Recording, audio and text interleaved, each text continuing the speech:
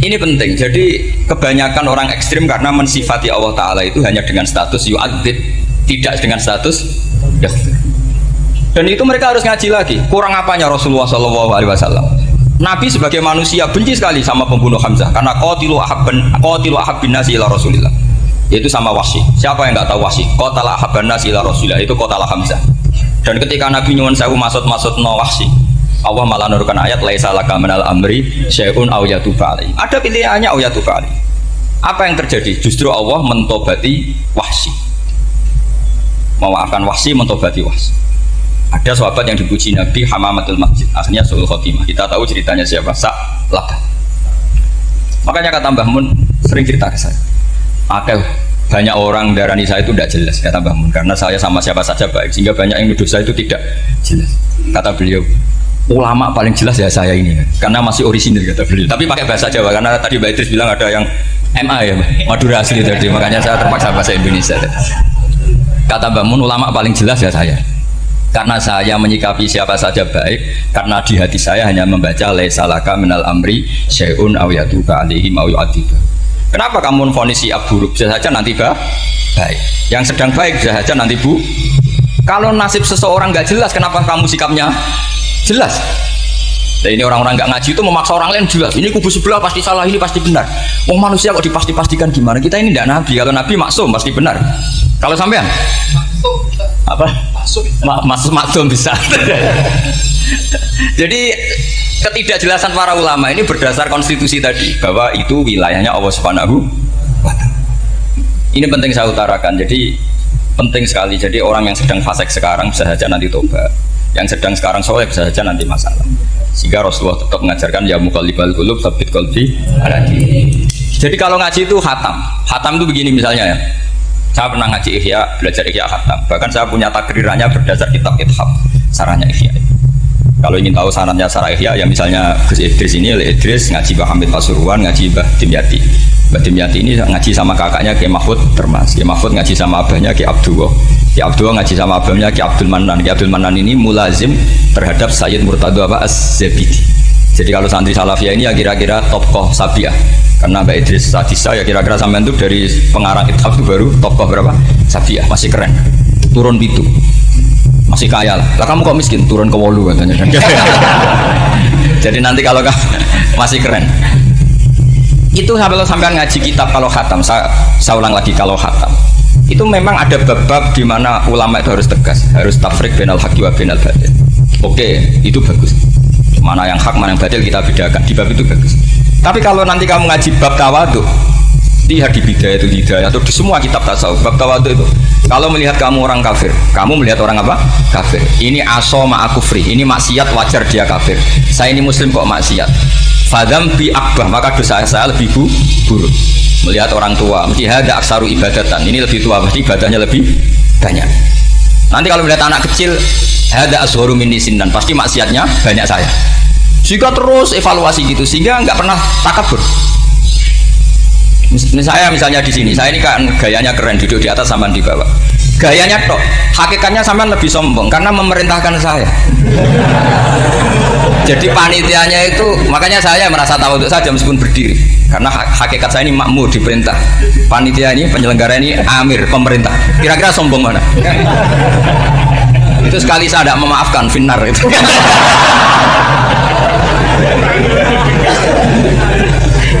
Tapi insya Allah tak maafkan lah. Iya masih insya Allah. Jadi ini penting. Jadi mbok ya orang-orang yang ekstrim itu mikir keinginan Rasulullah SAW itu umatnya meninggal dalam keadaan baik. Makanya benar tadi, notulen tadi kalau doa, kalau ingin mandi itu memang harus ada jadabnya. Tapi yang asli loh ya, jangan gaya-gayanan. Ya asli betul loh, ya nggak khilaf memang asli. Itu ada seorang wali doa di depan Nabi itu begini, ya Allah saya harus jadi orang soleh. Allah diharuskan itu kan nggak sopan ya. Ya Allah saya ini harus jadi orang soleh. Kenapa? Sekali saya soleh maka surroh habibu, yang senang kekasihmu. Sekali saya fasik maka yang senang musuhmu, yaitu iblis. Tinggal jangan milih mana, nyenangkan kekasihmu apa nyenangkan musuhmu. Akhirnya debat aku ya sudah soleh aja soleh ini kok doa kok neror orang ini. Kira-kira gitu. Jadi ya Allah saya harus jadi orang soleh. Kalau saya jadi orang soleh, surroh habibuk, yang seneng kekasihmu. Kalau saya jadi orang fasik, yang seneng musuhmu. Sedangkan tinggal milih saja, menyenangkan kekasihmu apa menyenangkan musuhmu. Kira-kira Allah senang mana? Senang menyenangkan. Wah, itu doa paling mustajab. Tapi syaratnya harus anti bikolbin dan dari ijazah nggak mandi, itu ijazah nggak mandi. Maka ini tidak saya ijazahkan. Nanti kalau kamu ngalami isak sendiri, ngalami wujdi sendiri, terus ngalami itu, insya Allah makbul. Ini mau gaya-gaya nan copy paste nggak diterima itu. Jadi wali-wali dulu itu kalau berdoa itu sederhana, tapi dari hati yang paling dalam. Makanya Nabi Musa itu terkenal, orang paling seenaknya sendiri dan Nabi Musa hubungannya dengan Allah. Tapi sama Allah dimaafkan karena orisinil, tidak bikin-bikin. Rasulullah juga itu, kalau sudah marah itu doanya. Cuma celakanya ditiru Nirawarisman dulu. Nabi itu ketika perang Badar itu jelas kalah, nggak mungkin menang, sudah jelas kalah. Nabi hanya 313 orang kafir, 1000 dengan perlengkapan apa? Sudah lengkap semua. Setelah perang dilihat itu jelas kalah. Seri awal yang memang kalah betul. Doanya Nabi apa? Allahumma intuhlik hadil isobah lam tu'bad badal ya ampun Gusti, silahkan bikin kalah tapi ra ono sing roh najenan pengiran. Pun lahiran jenazah di pengiran, serana sing roh.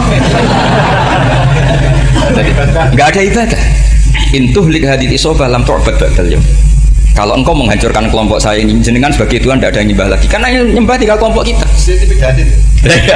Tapi yang ngendikan Nabi, kalau kamu niru tidak bisa. Gak bisa kamu doa, ya Allah saya ini santri Salafiyah, kalau saya bodoh menjadi presiden buruk terhadap alumni Salafiyah. Gak apa-apa sekali-kali doa gitu. Tapi kata Allah lainnya masih banyak.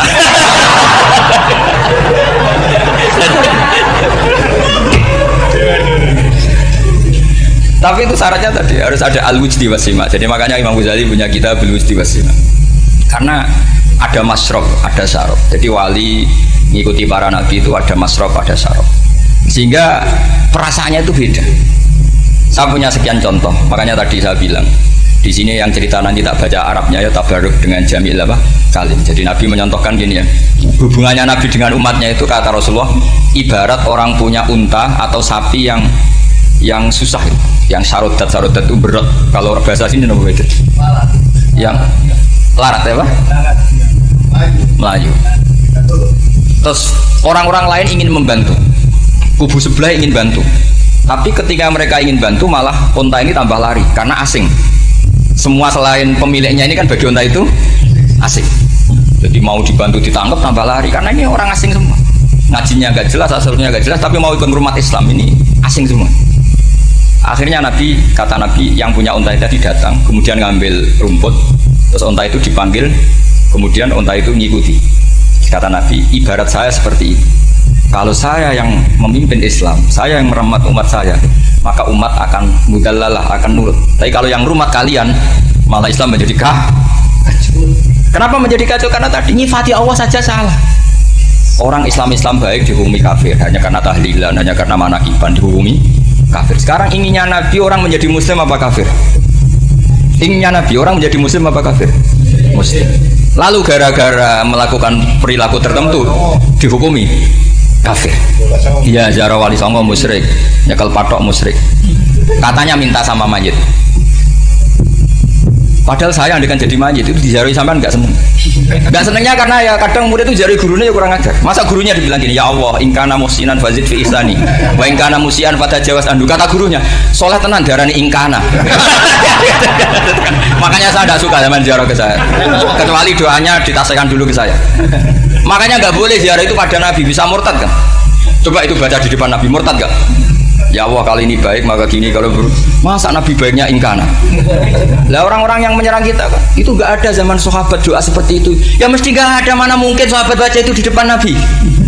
Masa Nabi didoain ya Allah kalau dia baik maka fasid, maka kalau dia buruk ya nggak mungkin. Lah mereka nyerang kita itu nggak ada dalam sejarah sahabat. Ya, sahabat kok nahlilin Nabi itu gak Nabi mau didoain umaghfir lahu. Kan nanya kanjeng Nabi itu mau umaghfir lahu. Ya mesti saja sahabat gak akan tahlilan. Yang kabudut itu Rasulullah, bahkan diistilahkan kabudut saja salah. Intaqala ila rafiqil ala. Nah kalau sampai harus ditahlili, kalau enggak yang rokok betul. Amalnya pas-pasan, dosanya berkelanjutan. Kondak gimana? Punya tanah warisan yang hasil ngerebut milik orang lain. Kamu sudah mati, dipakai anak cucumu. Ini berkelanjutan enggak dosanya? Berkelanjutan, berseri-seri. Mereka kalau nyerang kita kan sahabat tidak melakukan itu untuk Nabi, ya nggak mungkin lah sahabat mendoakan itu pada Nabi, kan nggak mungkin. Coba kalau kamu jadi mayit, terus kamu gurunya, terus ada murid kamu bilang Allahumma in kana muhsinan fazid fi ihsani wa in kana musian fatajawaz anhu. Mesti kalau kamu bisa bangun. Ya Allah, cong meyakini saya soleh itu masih ingkana. Kalau guru saya soleh, maka kalau guru saya buruk, maka itu kan taklek namanya Pak. Itu kan kurang ajar. Saya tidak pernah doa gitu di depan Pak Hamid Pasuruan, tidak pernah. Saya kalau doakan bangun ya tidak pernah gitu. Allahumma ali darajati fil jannah gitu. Saya nggak pernah, ingkana nggak pernah. Karena andekan itu saya juga sama engkau. Cuma kalau ada orang doa di bangun gitu ya karena orang lain tak biarin. Tapi saya ada bilang amin, biarin aja. Tapi kalau santri sarang nggak usah lah doanya apa. Ingkana. Masa meyakini solehnya gurunya kok nunggu? Ini bukan ijazah, ini marah ini sendiri. Jadi pelurusan ini. Saya ulang lagi, ngaji itu harus khatam. Pentingnya khatam tadi, kalau di bab tafriq bainal haqqi wa bainal batin, seakan-akan kubu sebelah ini benar karena tegas. Tapi kitab itu tidak hanya bab itu, juga ada bab tawadhu. Di bab tawadhu itu, misalnya kita melihat orang kafir, ini wajar maksiat kan dia kafir. Masa saya mukmin maksiat? Dan ini kafir bisa saja nanti husnul khotimah, saya yang muslim bisa saja su'ul khotimah. Jika tetap tawadhu, melihat yang lebih sepuh ini aksaru ibadatan minni, melihat yang kecil asghar berarti aqallu maksiatan minni, sehingga melihatnya itu tawadhu. Jadi kalau di bab tawadhu semuanya orang itu mungkin. Nah di sini Rasulullah SAW mengajarkan, ketika malaikat Jabal bilang Muhammad, orang yang mendustakan kamu saya tungkepi gunung biar mati semua. Kata Rasulullah, saya berharap keluar dari tubuh mereka min aslabihim, dari keturunan mereka orang-orang sing mukmin. Sudah karuan kafir saja Nabi tidak berhenti berharap, jangan-jangan nanti keturunannya mukmin. Dan itu betul. Kita tahu Abu Lahab punya anak Darroh itu mukminah, Abu Jahal punya anak Ikrimah juga mukmin. Dulu Walid bin Mughirah musuh besarnya Rasulullah punya anak Khalid bin Walid. Sekarang orang-orang yang abangan nggak hafal Quran, kadang anaknya hafal Quran lewat program PTP gitu ya. Kadang hafal Quran malah anaknya nggak hafal. Makanya kalau pas wisuda sampai bingung, gurunya itu sampai nangis. Kenapa nangis? Ini anaknya orang nggak hafal Quran tapi sudah hafal, saya gurunya nggak hafal. Gitu. Nah kenapa bisa jadi hafid? Karena guru sewaan gitu. Itu banyak sih. Ini penting saya utarakan supaya ekstremitas itu berkurang. Logika-logika yang dibangun ulama itu ngikuti riwayat. Agama itu ngikuti riwayat, bukan sekedar akal. Saya punya contoh ketika kitab Ihya menutup kitabnya, yaitu Imam Ghazali. Itu ada dua orang. Ini di akhir kitab Rojak dan dipakai menutup kitab Ihya sebagai rojaknya Imam Ghazali. Ada dua orang min ahlinar dipanggil sama Allah. Ini sekaligus ijazah, kali ini ijazah betul. Yang dipanggil ke surga itu masih muqayyad dan biangkalil jahim, masih muqayyad, masih dibelenggu sama atribut neraka. Terus sama Allah ditanya, dia cung kabarin rokok, wah syarro makarin gusti rokok jenang takon, sekarang enak aja. Terus kata Allah, ya sudah kamu kembali ke sana karena kamu memang orang fasik. Itu lari, semangat mau ke neraka. Ini ijazah. Semangat disuruh kembali ke neraka itu semangat lari. Allah tanya, loh cung kenapa kamu semangat? Ya Allah, saya ini sudah kapok. Dulu ketika di dunia kamu perintah, engkau perintah, saya tidak semangat. Maka kali ini jenengan perintah saya semangat. Karena saya sudah kapok. Setiap engkau perintah saya ada lari semangat ke neraka. Nah barokahnya semangat masuk neraka ini, kata Allah ya sudah kamu di surga saja. Maka ijazah nanti kalau ada pengumuman silahkan masuk neraka, kamu harus lari sekencang-kencang. Karena itu perintah Allah apa? Yang ketika kita di dunia kalau diperintah males-malesan. Kalau kamu diperintah sholat subuh jamaah kan males-malesan. Dan itu menjadi kita masuk neraka. Sebagai kafarah itu ya Allah, karena ini perintah engkau, saya tidak males-malesan lagi. Wis ngembaliin rokok, lari semangat. Allah akhirnya harus dimaafkan. Panggil lagi, sudah di surga saja. Barokahnya semangat masuk neraka. Nah ini ijazah ini. Ya diterima ya. Kok enggak semangat terima ya. Yang kedua enggak. Sudah, kamu kembali ke neraka, pelengahan gitu. Enggak semangat. Allah dilihat terus enggak semangat. Kenapa kamu toleh-toleh? Ya Allah, saya tidak pernah ngira ketika engkau manggil saya ke surga, kemudian engkau kembalikan lagi ke neraka. Ya sudah di surga saja, barokahnya husnudzon. Jadi ini ijazah, kamu milih dua itu, milih yang mana terserah. Artinya apa?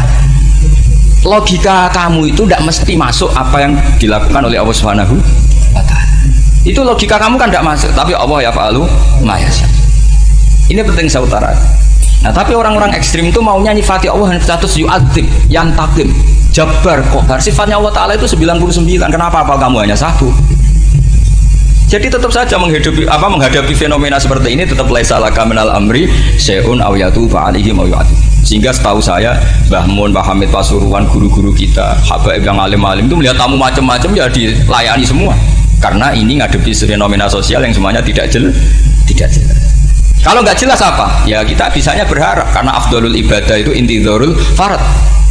Kalau belum Islam sekarang kita harapkan nanti. Kalau bapaknya enggak kita harapkan anaknya. Kalau anaknya belum kita harapkan cucunya. Karena agama ini limangka nayarjuwa wal yaumal akhir. Agama ini bagi yang terus berpengharapan, bukan bagi yang putus. Jadi walhasil kemaluan sing ana ning donya, rasa malu dipermalukan ning donya. Iku luwih ringan timbang nanti kita dipermalukan ning mahsyar di depan umum. Jadi misalnya mau koyo ya contoh paling gampang tadi. Kue hasud be wong ning dunia iso mbok sembunyikan, nanti dipermalukan Allah ning akhirat karena kamu duwe rasa hasud. Apalagi kalau ngenteni jatuhe wong soleh, jatuhe wong alim, orang-orang yang berkontribusi terhadap agama ini. Terus kue hasud mbok arep-arep jatuhe lho nanti dipermalukan di hari nopo kiamat. Itu luwih ngeri kalau kita punya dosa yang kita nanti dipermalukan di hari nopo kiamat. Wasali sute sing kaping 3 iku aya khofain taw disapa wong ing kibali setane sanging sisi setan. Ayub tilain to batalo sapa setan amal ing amale wong ai sholihat sing amal saleh.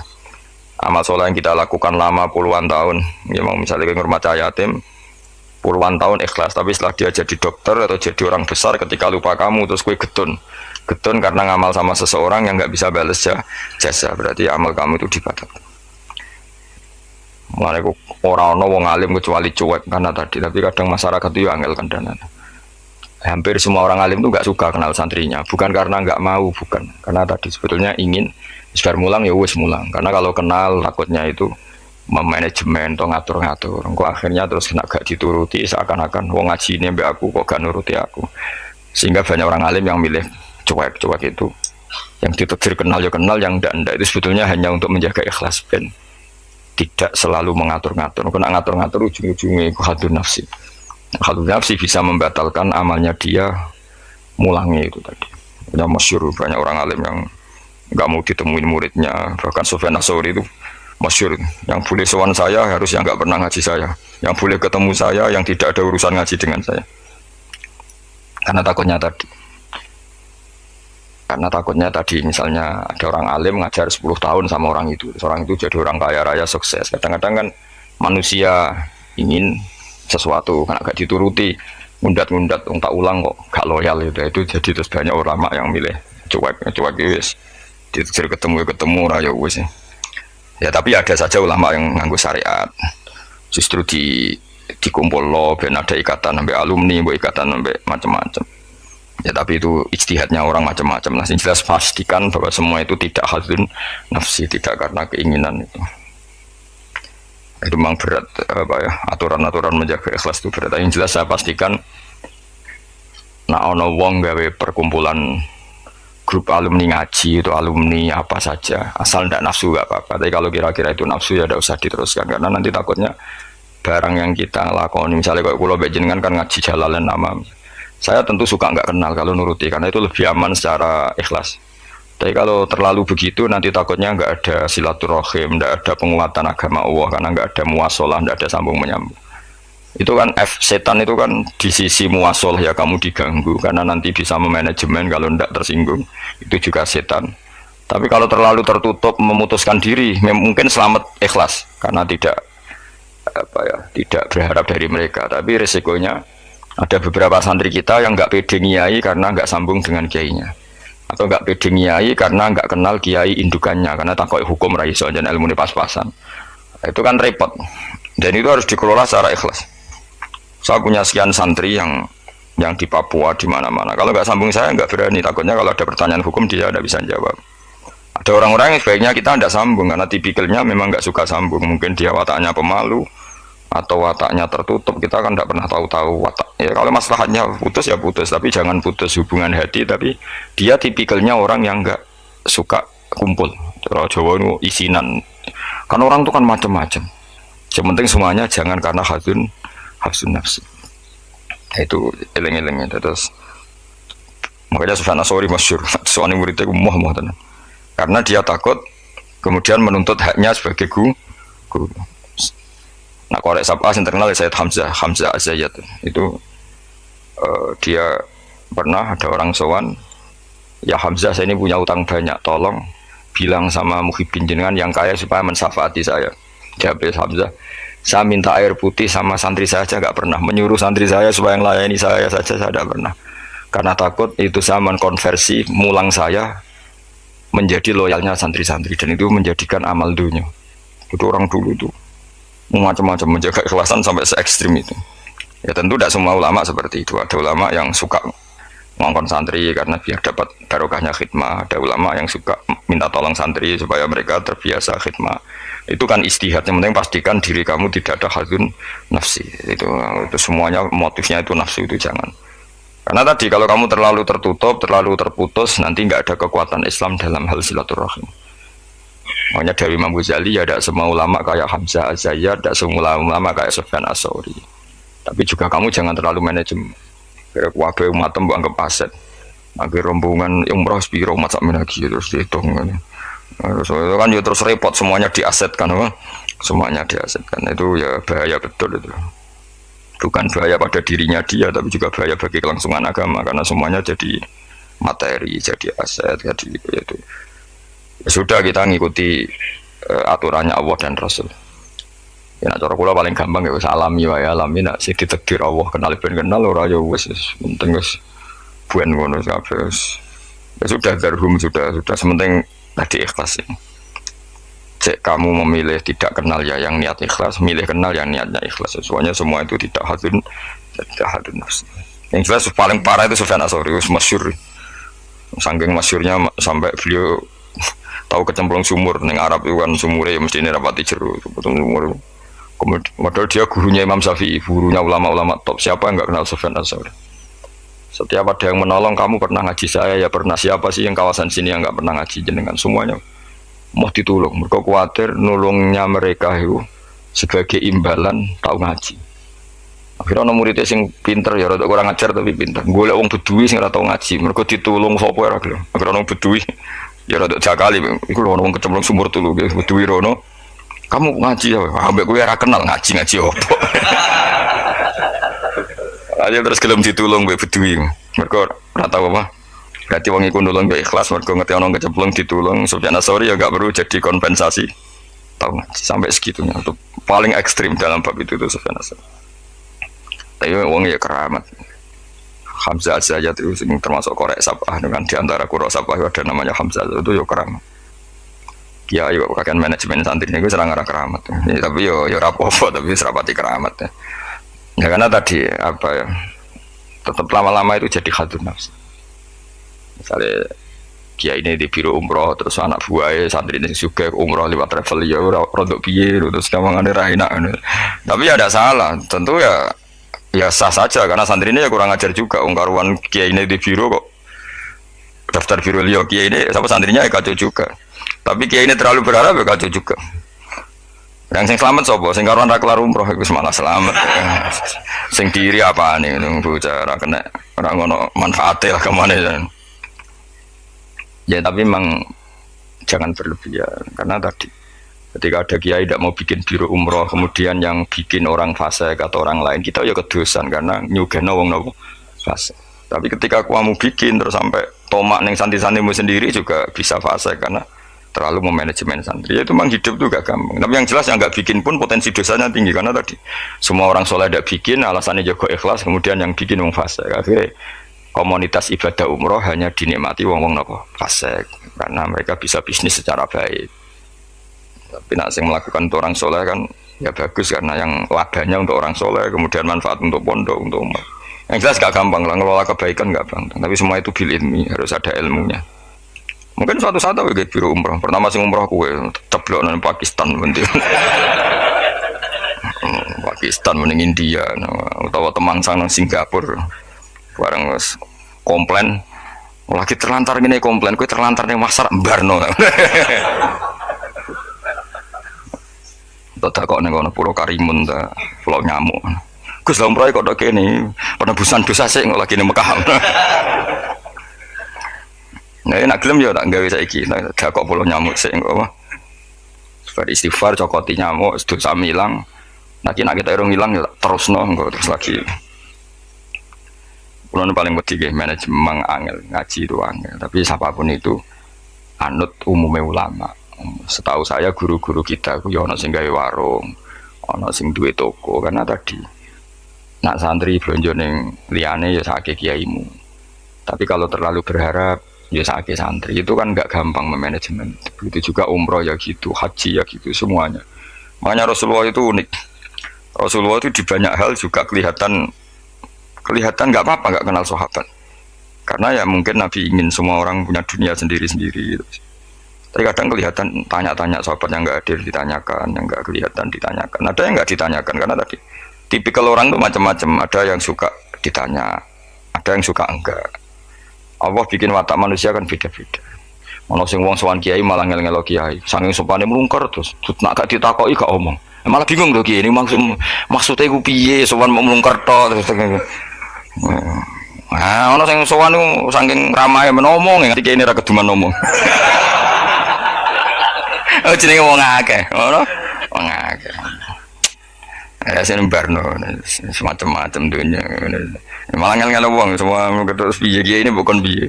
Dikandani ora roh maksude ku piye ditakoki yo keselen takok mun jawab sitok apa angking sopan warrofi uta kang kami papat ayat khofain to wedi sapa wong mingki bali malakil mauti saking sisi malakatul mauti ayat khoten to ngalap sapa wong ing wong ayak bida tegese jupuk sapa wong rohahu yak bida tegese jupuk sapa malakul mauti rohahu ing nyawane wong halakoni ing tingkah anane wong fi ghaflatin ing dalam lali anillahi taala sing Allah taala bahtatan kelan dadaan fujatan tegese dadaan min wa ditaqaddumi sababil mauti saking tanpa sebab pemulaan kematian. Kita selalu takut ujuk-ujuk malakul mauti jupuk nyawa kita dalam keadaan lupa Allah Subhanahu wa taala. Mari nek ape mati loro sik yo ana hikmahe supaya iso siap. Ya, tapi aja terus loro dunia muntek gue ngobat terus mati. Aduh sih gak sopan ya, wah gak sopan. Dunia loro kok anti dunia entek lagi mati suwung nak bakat. Aduh ora bakat apian. Mbok yo aja manak mati ae ora sanget eno dunia sik sakit anak lho.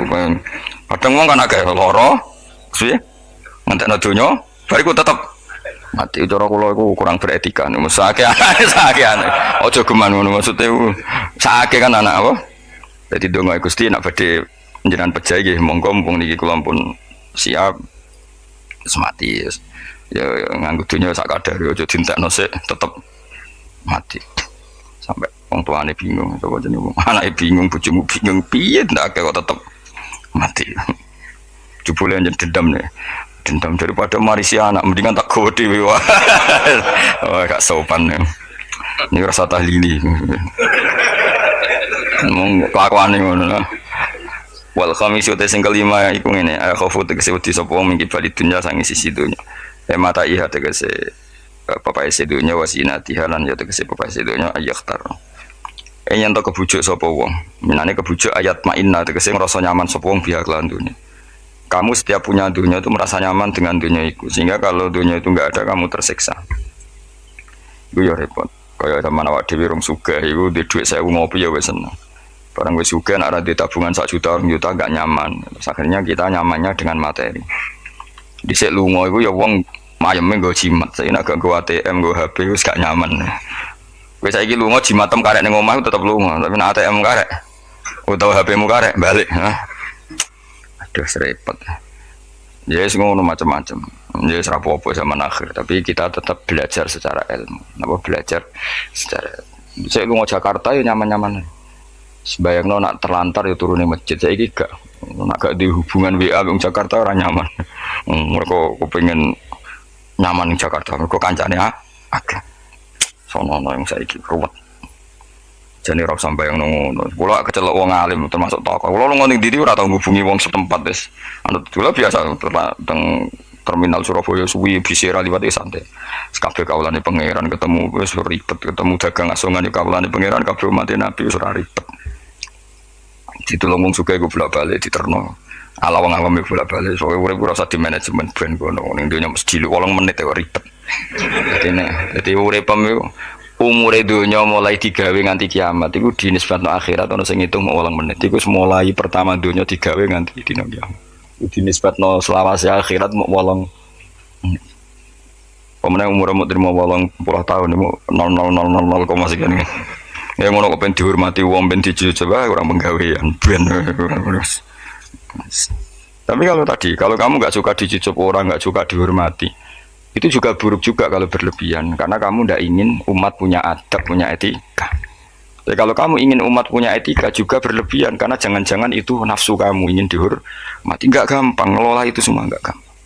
Saya juga nggak suka orang sufi yang berlebihan, nggak suka dihormati, nggak bisa salami template, nggak suka khawatirnya nanti mendidik umat tidak punya etika, tidak punya aturan, tahu haknya guru.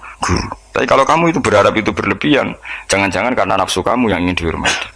Maka kita harus seimbang. Kita juga suka umat itu sopan karena itu menjadi umat berperadaban. Kalau berperadaban maka lebih mudah menjaga Islam. Tapi kalau kamu manfaatkan sebagai bagian jatah nafsu kamu itu pasti kamu disalahkan Allah juga. Karena tradisi umat menghormati, kamu manage supaya menguntungkan diri kamu, itu nafsu. Makanya itu ngelola itu tidak gampang. Tapi kalau kamu suka, aku gak senang dihormati orang, kemudian orang gak punya etika, itu juga disalahkan Allah karena menciptakan umat tanpa apa? Etika.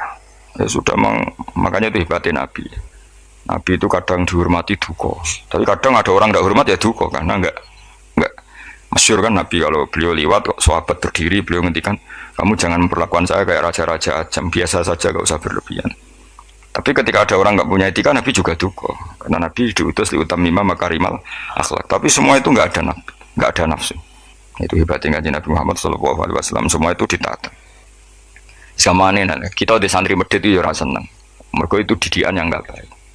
Tapi misalnya kau berharap santri kulo mau dengan makna ngekei kue itu ya babnya ditomak. Kenapa babnya ditomak? Tapi kalau membiarkan santri medit, kamu tidak tarbiyah. Medit adalah sifat yang dibenci Rasulullah. Dan kamu membiarkan orang itu medit. Ya itu kita harus punya tadi ilmu lagi-lagi yang bisa mengelola itu semua apa? Ilmu. Wasa disutai kang kaping 6 kaya khofain dawa disapa wong mingki balil ahli. Saking sisi keluarga wal iyali lan anak putu. Wahum utawi al ahlu wal iyali kuman wong yamunu kang rumat sapa wong hum ing wong akeh. Dikatakan keluarga orang harus kamu rumat. Kamu harus punya ketakutan juga sama anak-anak kita, sama keluarga kita. Ayyash dakhila. Yen to dadi sibuk sapa wong bihim mok kelawan ngurus keluarga. Soalnya kayak dia anak, wae perainan, jaluk perainan, bujo belanja, urusi terus kapan kayak eling pangeran. Tapi misalnya kira tahu ngurusi belas, malah kayak udah nggak problem. Nah itu kan kita harus bisa ngelola itu. Misalnya kita jadi kiai, anak atau bocah liburan, nanti pasti dianggap gara-gara bapak mulang saya tidak pernah dijak hiburan. Akhirnya anak trauma jadi kiai, mereka reputasi kiai itu tahu nopo hiburan. Tapi kalau kamu selalu liburan, ngaji kapan jadi kiai kamu? Nah, itu kan nggak gampang ngelola itu. Tapi kalau ngaji terus sampai anak merambut jalan-jalan, nanti lama-lama anak kamu cara berpikir ngaji itu problem. Mulane kudu seimbang mesti hak ya anak-anak dolanan dituruti, hak bojomu nanti ngetro mulai bosen bae kowe ya turuti, kowe lagi mangkel turuti ben mulai. Ono aku suwen ketemu mboke cerewet juga balik meneh. Jadi ngono. Lan ndonga di mertua cerewet ben bojomu ora krasane ngomah. Susah di mertua apian karena kadang anak ini lebih nyaman dengan ibunya timbang sama suaminya. Jadi ono santri takok, Gus di mertua apian niku enak ta ora? Mbah karek kowe. Ternyata jawab, "Ra enak, Gus." Kok iso?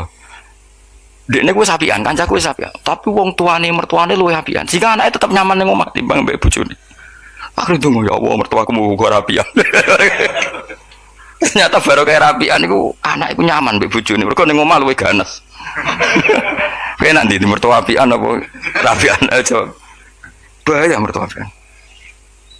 Maksudnya mau terus bojomu nyaman ning omah. Ning omah iso wis dikai sarapan, dikai uang jalan, wes semua aja. Ning gono mangane ra jelas, sarapane ra jelas, akhirnya minggat. Tapi nak wong tuane iki cerewet juga.